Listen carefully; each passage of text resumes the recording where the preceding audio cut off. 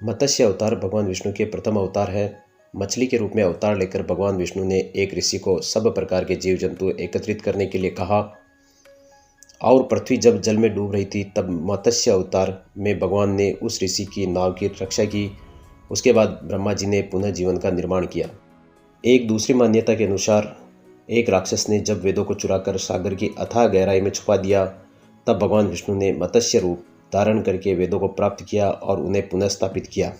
एक बार ब्रह्मा जी की असावधानी के कारण एक बहुत बड़े दैत्य ने वेदों को चुरा लिया था। उस दैत्य का नाम हयग्रीव था।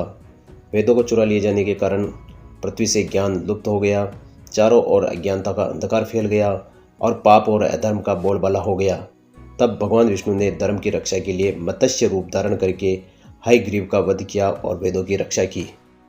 अगर जानना चाहते हो कि भगवान ने मत्स्य का रूप किस प्रकार धारण किया तो सुनते रहिए इस कहानी को। कल्पांत के पूर्व एक पुण्यात्मा राजा तप कर रहा था। राजा का नाम सत्यव्रत था।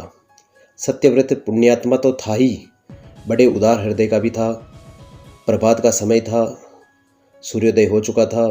सत्यव्रत कृतमाला नदी में स्नान कर रहा था। उसने स्नान करने के बाद जब तर्पण करने के लिए अंजलि में जल लिया तो अंजलि में जल के साथ एक छोटी सी मछली भी आ गई। सत्यव्रत ने मछली को जल में छोड़ दिया।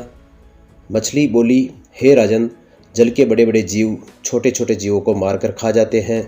अवश्य ही कोई बड़ा जीव मुझे भी मारकर खा जाएगा। कृपा करके मेरे प्राणों की रक्षा कीजिए। सत्यव्रत के हृदय में दया उत्पन्न हो उठी। उसने मछली को जल से भरे हुए अपने कमंडल में डाल दिया। तभी एक आश्चर्यजनक घटना घटी। एक रात में मछली का शरीर इतना बढ़ गया कि कमंडल उसके रहने के लिए छोटा पड़ने लगा। दूसरे दिन मछली सत्यव्रत से बोली, हे राजन, मेरे रहने के लिए दूसरा स्थान ढूंढिए क्योंकि मेरा शरीर बढ़ गया है। मुझे घूमने फिरने में बड़ा कष्ट होता है। सत्यव्रत ने मछली को कमंडल से निकालकर पानी से भरे हुए मटके में रख दिया। यहाँ भी मछली का शरीर रात भर में ही मटके में इतना बढ़ गया कि मटका भी उसके रहने के लिए छोटा पड़ गया।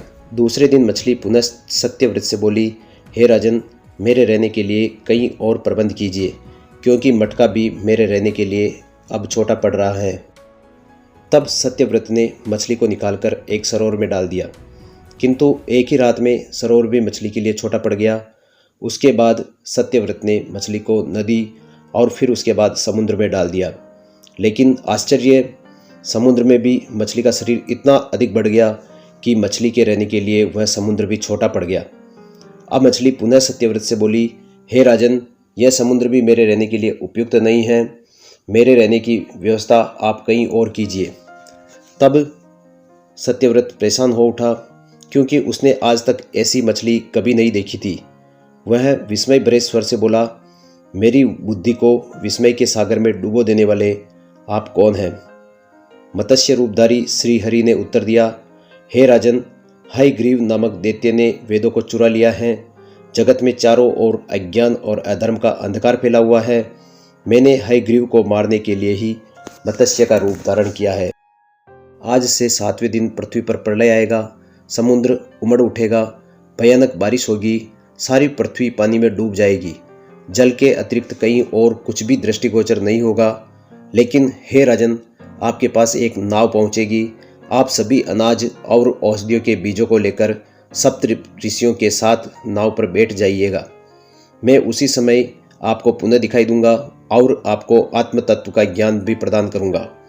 सत्यव्रत उसी दिन से श्रीहरि का स्मरण करते हुए प्रलय की प्रतीक्षा करने लगे। 7वें दिन प्रलय का दृश्य उपस्थित हो उठा। समुद्र भी उमड़कर अपनी सीमाओं से बाहर बहने लगा। भयानक बारिश होने लगी।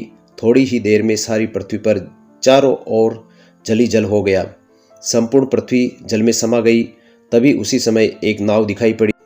सत्यव्रत सप्तऋषियों के साथ उस नाव पर बैठ गए। उन्होंने नाव के ऊपर संपूर्ण अनाजों और औषधियों के बीज भी भर लिए। नाव प्रलय के सागर में तैरने लगी। प्रलय के उस सागर में उस नाव के अतिरिक्त कहीं भी कुछ भी नहीं दिखाई दे रहा था। सहसा मत्स्य रूपी भगवान प्रलय के सागर में दिखाई पड़े। सत्यव्रत और सप्त ऋषिगण मत्स्य रूपी भगवान की प्रार्थना करने लगे। भगवान से आत्मज्ञान पाकर सत्यव्रत का जीवन धन्य हो उठा। वे जीते जी ही जीवन मुक्त हो गए। प्रलय का प्रकोप शांत होने पर मत्स्य रूपी भगवान ने हयग्रीव को मारकर उससे वेद छीन लिए और भगवान ने ब्रह्मा जी को वेद पुनः दे दिए। इस प्रकार भगवान ने मत्स्य रूप धारण करके वेदों का उद्धार तो किया ही, साथ ही संसार के प्राणियों का भी कल्याण किया। दोस्तों, अगर आपको ये कहानी अच्छी लगी हो तो इसी प्रकार की कहानियाँ सुनने के लिए कृपया चैनल को अभी सब्सक्राइब करें, अपने दोस्तों के साथ शेयर करें और एक लाइक ज़रूर करें। जय हिंद।